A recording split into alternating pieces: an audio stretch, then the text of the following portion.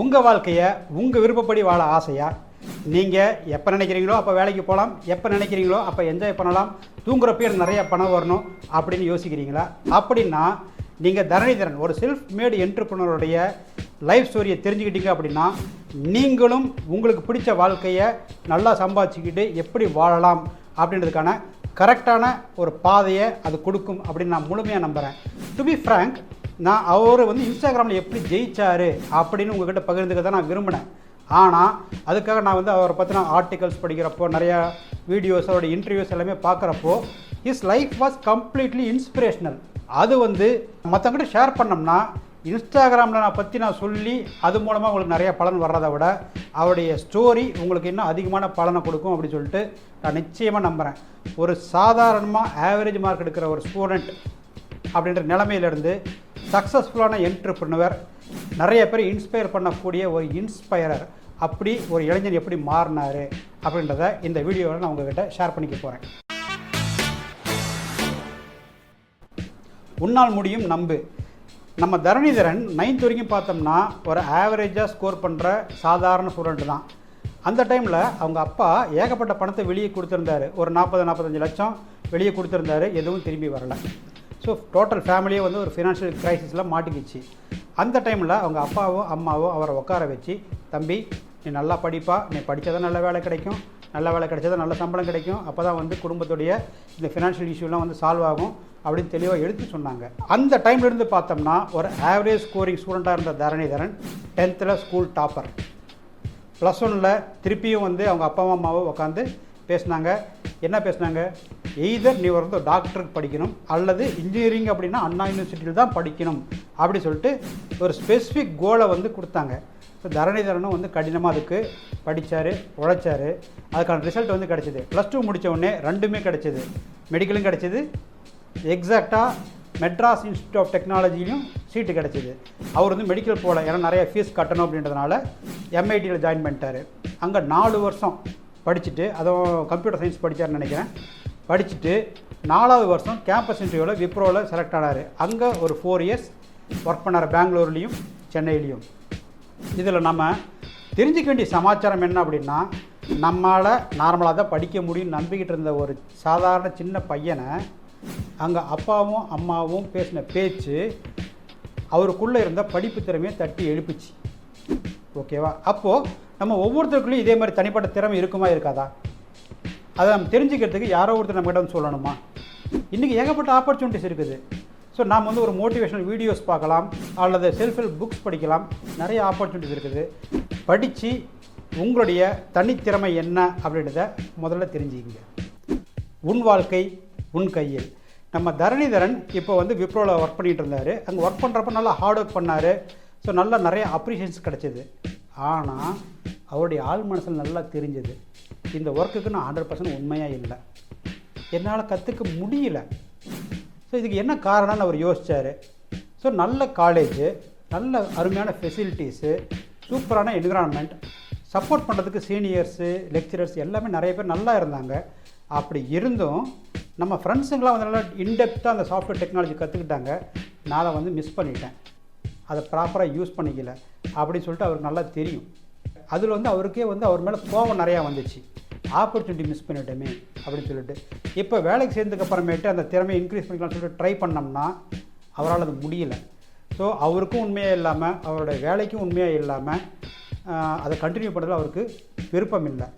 இதுக்கு என்ன காரணம் அப்படின்னு அவர் யோசிக்கிறப்போ அவருடைய லைஃப்பை அது வரைக்கும் தீர்மானித்தது அவங்க அப்பாவும் அம்மாவும் தான்.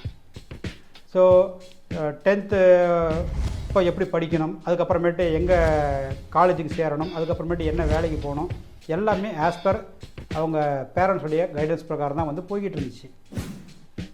ஆனால் அது இவருக்கு திருப்திகரமாக இல்லை. இவர் நமக்கு இந்த ஐடி ஃபீல்ட் கரெக்டு கிடையாது, செட் ஆகாது, நமக்கு வேறு ஏதோ ஒன்று பெஸ்ட்டாக இதை விட பண்ணணும் அப்படின்னு தோணுச்சு. அந்த பெஸ்ட்டு என்னன்னு தெரியல. அதை கண்டுபிடிக்கிறதுக்கு அவருக்கு ஒரு பிரேக் தேவைப்பட்டுச்சு.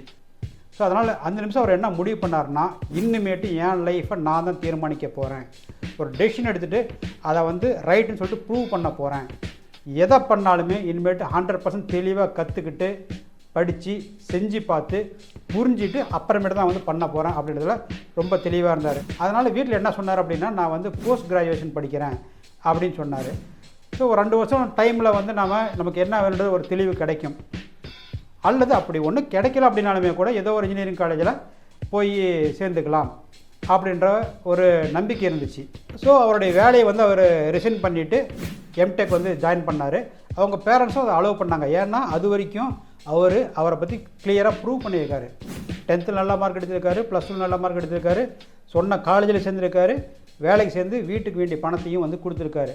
ஸோ எல்லாமே அவர் கரெக்டாக பண்ணதுனால அவர் எடுக்கிற டெசிஷன் கரெக்டாக தான் இருக்கும் அப்படின்னு சொல்லிட்டு ஃபேமிலிலையும் பேரண்ட்ஸும் முழுமையாக நம்பினாங்க. ரைட்டு, இப்போது நம்ம விஷயத்துக்கு வருவோம். இப்போ நாமளும் வந்து பார்த்தோம் அப்படின்னா நமக்கு பிடிச்ச வேலையை செஞ்சுட்டு இருப்போம், அல்லது பிடிக்காத சரி வராத பிஸ்னஸ் கூட நம்ம வந்து பண்ணிக்கிட்டு இருப்போம். இதுக்கு என்ன காரணம் அப்படின்னா, நம்ம லைஃப் எப்படி இருக்குன்னு நமக்கே ஒரு கிளாரிட்டி இல்லாமல் இருக்கிறது தான். ஸோ அப்போது நாம் கொஞ்சம் டைம் எடுத்து நிதானமாக யோசித்து நாம் லைஃப்பில் என்னவா ஆகணும் அப்படின்னு சொல்லிட்டு முடிவு பண்ணக்கூடிய கரெக்டான நேரம் இது தான். உங்கள் வாழ்க்கை உங்கள் கையிலங்க. பாதையை தேர்ந்தெடு. ஸோ தரணிதரன் வந்து எம்டெக் படிக்கிறப்போ 2 விஷயத்தில் கான்சன்ட்ரேட் பண்ணார். ஒன்று வந்து மென்டல் ஃபிட்னஸ், 2வது வந்து பார்த்தோம்னா physical fitness. So mental fitness எப்படி அவர் இம்ப்ரூவ் பண்ணார் அப்படின்னு பார்த்தோம்னா, நிறைய செல்ஃப் ஹெல்ப் புக்ஸு படிக்க ஆரம்பித்தார். நிறைய இன்ஸ்பிரேஷனல் வீடியோஸ் பார்க்க ஆரம்பித்தார். டெட் வீடியோஸு, என்டர்பிரனர்ஸுடைய சக்ஸஸ் ஸ்டோரிஸு, ஃபெயிலியர் ஸ்டோரிஸு, இது எல்லாமே பார்க்க ஆரம்பித்தார். இது வந்து மென்டல் ஃபிட்னஸை நல்லா இம்ப்ரூவ் பண்ணிச்சு. எந்த டைரக்ஷனில் யோசிக்கணும் அப்படின்றது அவருக்கு சொல்லி கொடுத்துச்சு. அதே மாதிரி ஃபிசிக்கல் ஃபிட்னஸ்க்கு என்ன பண்ணார் அப்படின்னா, டெய்லி காலையில் 5 மணிக்கு எந்திரிச்சு 10 கிலோமீட்டர் ஓட ஆரம்பித்தார். இது வந்து ஃபிசிக்கல் ஃபிட்னஸுக்கும் அவருக்கு நல்லா யூஸ்ஃபுல்லாக இருந்துச்சு. ஸோ எம்டெக் முடிக்கிறப்ப பார்த்தோம்னா அவர் ஒரு யூனிவர்சிட்டி ரேங்க் ஹோல்டர். ஸோ அவருக்கு யூஎஸ்லேருந்து பிஹெச்டிக்கு ரிசர்ச் ஸ்காலர்ஷிப் வந்துச்சு, $23,000 ஸ்காலர்ஷிப்போட. ஆனால் ஏற்கனவே அவர் முடிவு பண்ணுற ஐடி ஃபீல்டுக்குலாம் போகிறதில்ல அப்படின்னு சொல்லிட்டு, அதனால் அவர் அது அக்செப்ட் பண்ணிக்கல. அதுக்கப்புறம் பார்த்தோம்னா அவர் ஒரு டியூஷன் சென்டர் கூட நடத்தினார், சாதனை டியூஷன் சென்டர்னு சொல்லிட்டு. அதில் ஒரு ஸ்டூடெண்ட் வந்து ஸ்டேட் ரேங்க் கூட வந்து எடுத்தார். ஆனால் எகைன் அந்த ஃபீல்டுக்கும் அவர் போகிறதுக்கு அவ்வளோவா விரும்பலை. அந்த டைமில் அவர் இந்த விஜய் டிவியில் வந்த உன்னால் முடியும் அப்படின்ற ஒரு ப்ரோக்ராமை பார்த்துக்கிட்டு இருந்தார். அதில் ஒரு எபிசோடில் கோபிநாத் சார் ஒரு என்டர்பிரனரை வந்து இன்டர்வியூ பண்ணுறப்போ இவர் அதை டீப்பாக கவனித்தார்.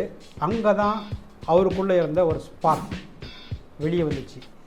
என்னுடைய லைஃபுடைய கோல், நான் வந்து ஒரு என்டர்பிரனராக மாறணும் அப்படின்றது தான். ஸோ இங்கே அவருக்குள்ளே என்ன ஸ்பார்க் இருக்குன்றத அவர் விடாமல் தேடி கண்டுபிடிச்சிட்டாரு. இப்போது உங்களுக்குள்ளே என்ன ஸ்பார்க் இருக்குன்றதை நீங்கள் எப்படி தெரிஞ்சுக்க போகிறீங்க? கேளுங்கள் கொடுக்கப்படும், தட்டுங்கள் திறக்கப்படும். தரணிதரன் என்டர்பிரனர் ஆகணும்னு முடிவு பண்ணிட்டாரு. ஆனால் என்டர்பிரனர்ஷிப் பற்றி ஒன்றும் தெரியாது. அவருக்கு இது எப்படி நம்ம பண்ண போகிறோம் அப்படின்ற பயம் இருந்துச்சு. ஆனால் இந்த பயத்தை ஜெயிக்கணும் அப்படின்ற ஒரு கான்சியஸ் டிசிஷனோடு அவர் வந்து சென்னைக்கு February 2015 வந்தார். அவர் இந்த ரெகுலராக இந்த புக்ஸ் படிக்கிறது, அந்த வீடியோஸ் பார்க்குறத தவிர நிறைய ஈவெண்ட்ஸை வந்து அட்டன் பண்ணார். So technical events. ஸோ அதில் நிறைய அந்த ஈவெண்ட்ஸில் வர்ற பார்ட்டிசிபெண்ட்ஸ் கூட அவர் வந்து நிறைய நெட்வொர்க் வந்து க்ரியேட் பண்ண ஆரம்பித்தார். அதில் ஒரு ஆப்பர்ச்சுனிட்டி வந்துச்சு, சூப்பர் ஆப்பர்ச்சுனிட்டி. ஹேமச்சந்திரன் ஒரு பார்ட்டிசிபெண்ட் என்ன பண்ணாருன்னா, சார் நானும் வந்து ஒரு ஈவெண்ட் கண்டக்ட் பண்ணுறேன், எனக்கு சோஷியல் மீடியா மார்க்கெட்டிங் பண்ணி கொடுங்க அப்படின்னு சொல்லி அவர் கேட்டார். அந்த டைமில் இவர் எந்த கம்பெனியும் ஆரம்பிக்கலை.